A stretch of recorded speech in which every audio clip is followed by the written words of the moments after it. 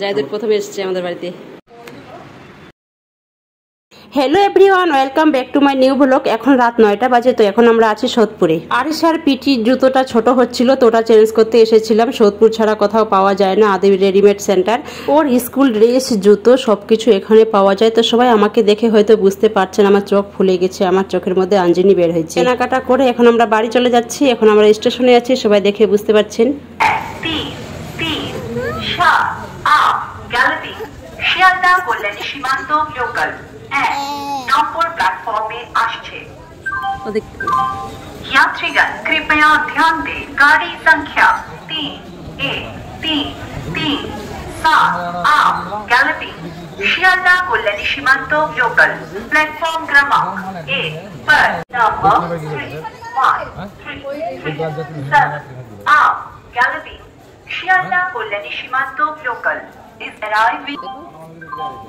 আমরা পৌঁছে গেছি। আরো আধা ঘন্টা আগে আসতাম, কারণ বৃষ্টি হচ্ছিল বলে আমরা একটুখানি স্টেশনে দাঁড়িয়েছিলাম। ছাতা ছিল সঙ্গে, আরিশার রেইনকোট ছিল না, কারণ বৃষ্টির জল ওর গায়ে পড়লে শরীর খারাপ করবে, সেই জন্য একটুখানি দাঁড়িয়েছিলাম। এইদিকে তো রোজ বৃষ্টি হচ্ছে, বৃষ্টির মধ্যেই বের হতে হচ্ছে, কি আর করা যাবে। তো আমাদের দিকে তো একদম বৃষ্টি হচ্ছে না। মা ফোন করে বলছে ওইদিকে খুব গরম করছে, বৃষ্টি হচ্ছে না। তো যাই হোক, এই যে আরিশার পিটির জুতোটা ছোট হচ্ছিল, সেটা চেঞ্জ করে আনলাম। এর আগের দিন ওর পাপা নিয়ে এসেছিলো, আমরা যাইনি, তো একটুখানি ছোট হচ্ছিল। তো আজকে গিয়ে ঠিক জুতোটা নিয়ে এসেছি।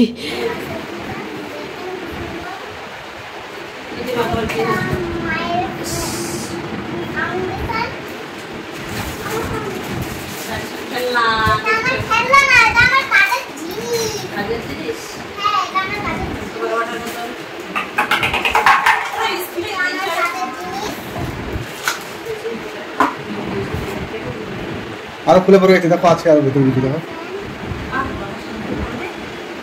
ভিতরে আরো আছে, দেখো কি আছে। স্ট্যান্ড আছে একটা বসানো।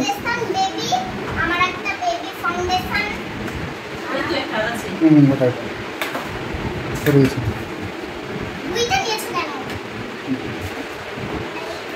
ছোট প্যান্টটা দেখাও বন্ধুদের। ওই যে আচ্ছা তোমার মাদিকে, হ্যাঁ ওই তো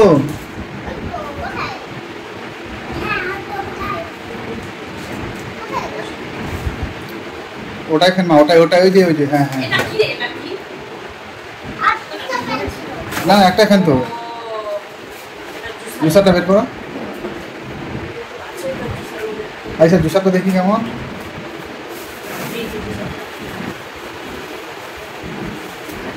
হচ্ছে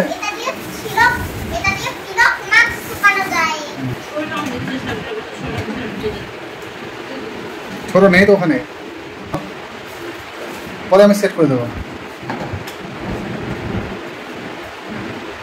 ঠিক আছে বলো।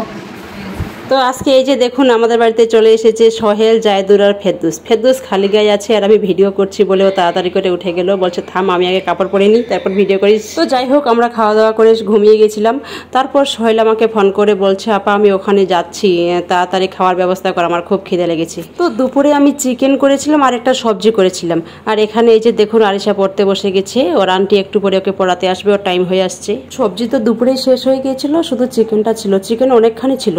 তারপর তাড়াতাড়ি করে ফ্রিজ থেকে মাছ বের করলাম, মাছ ভাজলাম, ডিম সিদ্ধ করে ভাজলাম আর পাপড় ভেজে দিলাম। ওরা এটা দিয়ে এখন খাচ্ছে। আর হ্যাঁ, ডাল বড়াও করেছিলাম, ওটাও আছে। ছেলেকে বলছি তোরা আসবি, আমাকে বলিসনি কেন? বলছে ভুলে গেছিলাম। তো এখন গেঞ্জিটা পরে দিল, ক্যামেরার সামনে আসবে এই জন্য।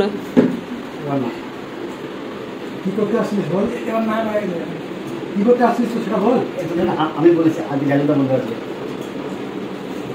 বলো কি করতে এসছো না, দুপুরবেলা ভাত খেতে এসছো।